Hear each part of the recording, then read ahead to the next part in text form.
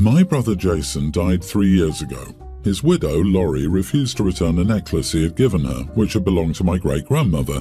The necklace wasn't expensive or worth anything except sentimental value, and we had wanted it to stay in the family. Jason and Laurie didn't have any children to pass it on to. Nevertheless, Laurie refused to give it back. Fast forward to a few weeks ago, I got a message on social media from Laurie asking to meet. She comes over to my house and explains that she's had a tough time since Jason's death and is now in a significant amount of debt, which they were even in when he was alive. She then says she would be willing to sell my great-grandmother's necklace to me for $1,000. If an appraiser ever had a look, the necklace would say be worth about $150. I told Laurie she was out of her mind to come and attempt to extort money out of me with a piece of my family history, among other things that were not as child-friendly. Eventually, she left. My mom is pretty angry I didn't buy back the necklace. She says I should have tried to negotiate with Laurie and that standing on principle was stupid. My dad, the necklace came from his side of the family, agrees with me. The thing is, I made peace with not having the necklace. I have something to remember about that particular piece of family history, a ring from the same jewelry set, and as crappy as I found it that Laurie wouldn't return it, it felt even more slimy that she held it to ransom all these years later. The thought of her profiting from what I consider a misdeed in the first place doesn't sit right with me. However, my aunts have heard about it and are on my mom's side, so now I'm wondering if I made a bad decision. Am I the idiot for refusing to buy back a family heirloom? Edit, my valuation is arbitrary, but it's based on fact. I know how much 9-carat gold costs on average and I can make a decent estimate. $1,000 is not even in the ballpark. We asked her about the necklace 7 months after he died. She was grieving in peace for 3 years. I didn't contact her to bring this up. She did. You are the idiot. I think it's pretty crappy to think a woman whose husband died needs to return a gift that he gave her. It was hers the moment her husband gave it to her. Did you even consider that it has even more sentimental value for her? I'm very sorry for your loss, but it doesn't negate the deep loss she is experiencing as well. Yeah, and his body is hardly cold in his grave when his sister goes up to his widow and says, in effect, now that my brother is dead, you're no longer part of this family, so give me back the jewelry he gave you. OP says 7 months have passed. 7 freaking months later and they ask for the necklace back. He wasn't even dead a year. I can't even imagine having the gall to ask at that point. Interesting that no one in your family seems to care that the widow of your brother is struggling so much that she's forced to sell off the gift her dead husband gave her. What a lovely family. This wasn't a sale, it was 100% extortion, and that's horrible. She could have gone to a jewelry store or pawn shop if she simply wanted to sell it. In fact, she probably did, and they wanted to give her $50. She figured she could get more from family. Screw that. If sister-in-law wants to sell it, it's not that valuable to her, so let's not have our hearts bleeding for this idiot. If she'd taken it to a pawn shop, then OP would be on here saying, she knew I wanted it and sold it to strangers. She should have at least given me first dibs if she was selling it. Laurie couldn't win. It's not extortion either. You don't know what extortion means. Offering to sell someone something they've previously indicated they want is not extortion. That's bargaining. No one knows its true value. Everyone is just guessing. And the OP has already established that there's sentimental value involved. So that gets added to the appraised value, which needs to be established. I think OP's not the idiot because it's not OP's problem. You made your peace with not having it, which is great. But your aunts and mom can gather up $1,000 and contact Laurie before she sells it to somebody else if it's so important to them. They better hurry though. Laurie seems eager to sell. Maybe they can even bargain her down. So this has been eating at me for a while and I really need some outside perspective. My sister, 32, and I, 30 male, have had a rocky relationship for years. Still, things really came to a head recently over something that might seem trivial to some, a wedding dress. Backstory, when I was 22 I got married for the first time. Young, I know. I had this beautiful custom-made wedding dress that was my dream in every way. 2 days before the wedding, my sister, who was going through a rough patch, breakup, job loss, accidentally spilled red wine all over it while intoxicated. The dress was ruined beyond repair and I was heartbroken. We had a huge fight and I ended up wearing a last-minute replacement that I've always despised. Our relationship never fully recovered and my marriage ended 2 years later for unrelated reasons. Fast forward to now, I'm engaged again and planning my wedding. My sister, who is also engaged, approached me to ask if she could borrow my new dress for her wedding. She said she's on a tight budget and can't afford a dream dress. I've invested a lot into my new dress, ensuring it's everything I wanted the first time. It's another custom piece and I've been looking forward to wearing it for months. All the old feelings resurfaced when she asked and I told her no. I explained that her past actions and the lack of trust between us made it impossible for me to lend her something so important to me. She got incredibly upset, calling me selfish and bringing up how we should be family and support each other. Our parents and some mutual friends think I'm being too harsh and should let bygones be bygones. They say I'm the idiot for not helping her on her special day, especially since she apologized for the past. Though I always felt her apologies were more about getting past the consequences than genuine remorse. So, am I the idiot for refusing to lend my sister my wedding dress after what happened years ago? For heaven's sake, of course you're not the idiot. This is your dress, and there's nothing selfish about not sharing it.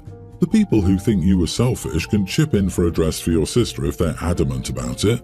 And please make sure your dress is locked up somewhere safe so that she doesn't have another accident that destroys yet another dress of yours.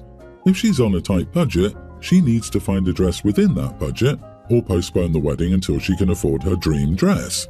What happened to the crappy replacement dress after she destroyed wedding dress 1? I wish she still had the wine-soaked dress to lend her. She can have that. LOL.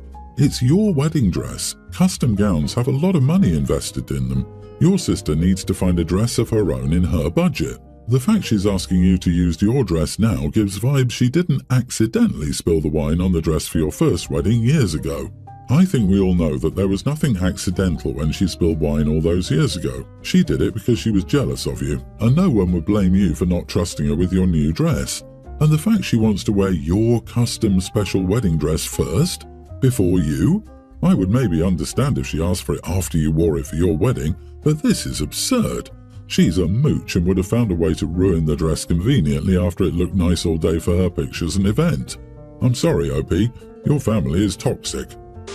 Long story short, my husband asked his mother to come over today and watch our daughter, infant, so I could nap, because lately the baby hasn't slept at all and I'm just exhausted. She's super colicky and throws up in her sleep too, so I'm just up almost always because she has choked on her own before. My husband is a trucker and is currently on a week-long trip away. She agreed to come over for a few hours and even offered to make dinner. I appreciated it so much. She got here at 2:30 p.m. I got the baby down for a nap, took a quick shower, and then went in to take a nap. While I woke up at 4 p.m. to my daughter screaming, I immediately rushed out of bed and found her still in her crib, diaper not changed, and she'd been crying for a while by the looks of things. I went into the living room and didn't see my mother-in-law anywhere, so I went to my bedroom to grab my phone and realized it wasn't on the charger where I left it. The baby monitor was also unplugged from my wall, which would explain why I didn't hear my daughter at first. Well, I went back into the kitchen and saw my mother-in-law through the window on the back porch, talking on the phone. So I got out and she's literally talking on my phone. So I interrupted her and asked why she had my cell phone and how long she'd left my daughter screaming in the other room when she was supposed to be watching her, and asked why my monitor had been unplugged. She goes, "Well, I heard your phone ringing and it was my son, so I answered it and took it outside so I wouldn't wake you, and I unplugged the monitor so the baby wouldn't wake you if she did start crying." She wasn't crying when I walked outside. I asked her how long she'd been on my phone outside, and she looked at the time of the call and said, 37 minutes. I immediately told her to get the heck out. She started to protest, and I simply told her to get the heck out again and that my daughter had very obviously been screaming for a while. Her eyes were puffy, and when I picked her up she was hyperventilating and sweating. She'd been crying for at least 10 minutes, if not longer. She started in with the whole, "It's not going to hurt a baby to cry. I didn't hear her, or I would have gone in to get her" talk. So I said, "Yeah, but instead you decided to steal my phone and go talk to my husband for 40 minutes and failed to do the task you came here for. Leave." She ends up leaving. But now my husband is mad at me because she didn't even have to come help and you made her feel damn stupid because she didn't grab the baby as soon as she started crying. Don't be surprised if she never helps again. I don't think I'm the idiot, but my husband is making me feel absolutely insane here. Am I the idiot? Edit. Whether or not the baby will be fine after crying for 10 minutes isn't the problem. The problem was that she was at my house for an hour and a half, 20 minutes of which I was awake, and during that time, she spent 40 minutes outside on my cell phone instead of watching the baby like she was supposed to. She didn't check on my daughter at all for 40 minutes, knowing she's colicky and has a history of spitting up in her sleep, and unplugging my monitor so I couldn't even hear her. She didn't even have to come to help you. Well, she didn't, so mission accomplished. The task failed successfully. When you want nothing done, she's your gal. You are not the idiot. Exactly. Not the idiot for telling mother-in-law to get out when she came over claiming to help you but instead ignored and neglected your child. And what was so important that she needed to go outside and talk for 40 minutes? She's always kept my husband on the phone for hours, even when he's home, and says he has to go. She claims she barely knows him anymore because he works so much, and when he isn't, he's home with me and the baby.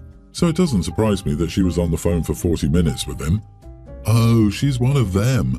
Google enmeshment and send him the link. None of this is okay. Now we see why your husband didn't back you up. He needs to remember he married you and not his mommy. Hubby needs to grow the heck up and get off his mom's tits. He needs to support you in this because mother-in-law is entirely in the wrong and so is he, and he's behaving pathetically defending her instead of you. I'm so sorry. It was my, female, 40th birthday a few days ago, and we had a reservation for a table at a nice restaurant for 7 p.m. It takes about 20 minutes to drive to the restaurant, so I plan to leave the house at 6:30 p.m. to get there in time for traffic and pick up my father. My husband, 43, had decided to do some work on his car about half an hour before we needed to leave. At 6:30, when the kids and I were waiting by the door, he was still doing it. He hadn't changed and hadn't showered. I told him to quickly get ready, but it got to 6:50 and he still wasn't ready yet, so I decided to just leave without him. He has a habit of always running late when we go out, and he's always the last one to be ready. Normally I can tolerate it since it only sets things back by 10 minutes at the most, but my birthday dinner was important to me, and I'd been looking forward to it for weeks. Making us wait for 20 minutes was taking the mick, so I yelled out that we were leaving and left because I didn't want to lose the table since we would have arrived about 7:20. I called the restaurant to let them know we'd be late, and luckily we still had our table, but my husband didn't show up at the restaurant, and when we got home he was mad at me. I told him I was tired of him not respecting my time and always making people wait for him, and that he could have made his way to the restaurant. My father agreed with my decision to leave without him, but my kids were a little upset that he wasn't there to have dinner with us. So, am I the idiot? Edit, he's always out of the house on time for work, and yesterday he went to the pub with some friends and wasn't late for that. He tends to be late only for things, including the family. My husband likes my dad, but the feeling isn't really mutual. My husband likes the restaurant. We went there for his birthday too, which he wasn't late for. I was a stay-at-home mom until a few years ago. He changed when I returned to work, although I don't understand how that would affect his time management unless there's a different reason for him being late. Not the idiot. You were already late when you left. If you waited any longer, you wouldn't have a table and thus no birthday party. When you got home, you should have torn him a new one for deliberately trying to sabotage your birthday party. Put him on the defensive where he should be for his behaviour. Really though, when your husband decided to do some work on his car, you should have said, "No, you're not doing that. You're going upstairs and getting ready to leave with us." This was a totally predictable problem. In general, you should stop tolerating his lateness. When you do that, it gets worse, not better.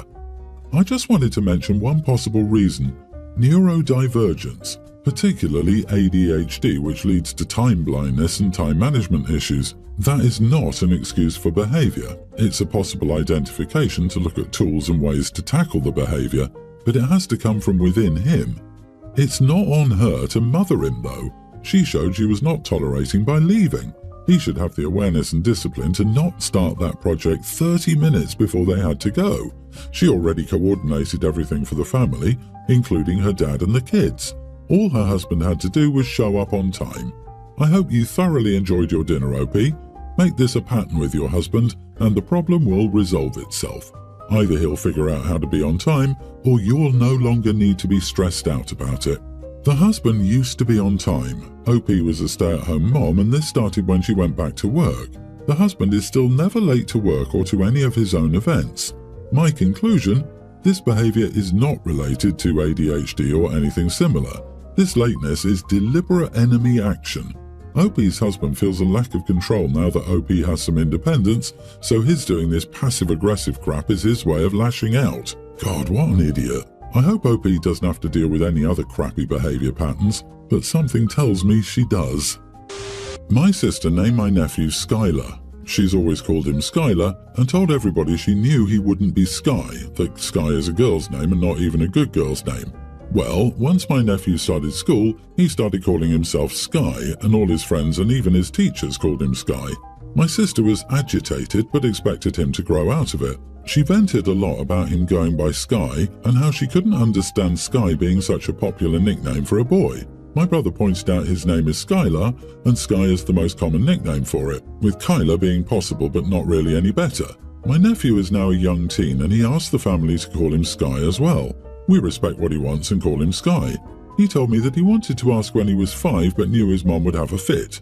But he no longer gets that she hates Sky. I think it's great he's doing what makes him happy. My sister is now freaking out that everyone calls him Sky except for her. Even her husband, Sky's dad, calls him Sky. She's tried to fight against Sky using Sky. She told him his name was Skylar and he should call himself that because it would be confusing for people. She told him shortening your name isn't a must. Then she told him she forbids him from introducing himself by the nickname. He told her Sky is more his name than Skylar is by now and she needs to deal with it. She ranted and raved about the disrespect and how he should have listened to her. I told my sister she can't control the name her son introduces himself as, especially a name that is a common short version of his full name. I told her she was only going to make him resent her if she continued. She told me to mind my own business, and of course she has the right. She's his mother. Am I the idiot?